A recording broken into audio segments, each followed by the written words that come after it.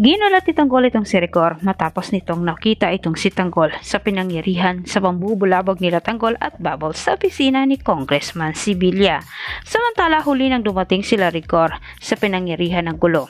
Hindi nila nailigtas itong si Congressman, bigo silang lahat. Ngunit bago pa nakaalis itong sila Tanggol sa pinangyarihan, nakatawag pansin ni Rigor sa kanyang pagdating ang makita ang isang binata at dalaga na dumaan sa hindi kalayuan sa kanilang kinaroroonan. Sa isip naman ni Rigor, parang kamukha umano ito ni Tanggol.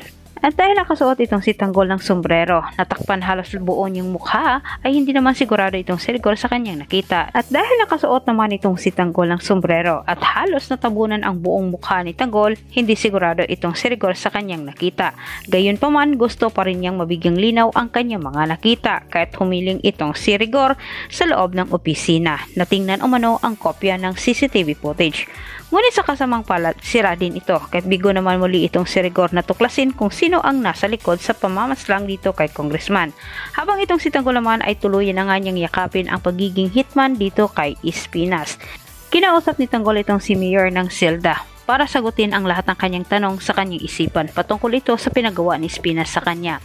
Hinala ni Tanggol na bumuo umano ng grupong hitman itong si Espinas at ginamit itong mga preso para pirahan. Subalit ang paliwanag pa rin itong si Mayor at kanyang nilinaw kay Tanggol na hindi umano mga inosente ang kanilang pinatumba at pinatumba ni Espinas nila Bubbles, bagamat puro umano itong mga tiwali. At pinatunayan naman ito ni Bubbles dahil ito din ang kanilang pinaniwalaan, hindi nila alam na sila ginamit lamang ni Espinas.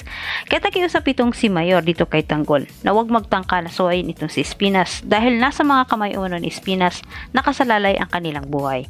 At dito po nagtatapos ang ating pangalawang advance episode update. Huwag mong kalimutang mag-subscribe para sa maraming karagdagang update kung ikaw po ay bago pa lang dito sa aking channel. Muli maraming salamat and God bless.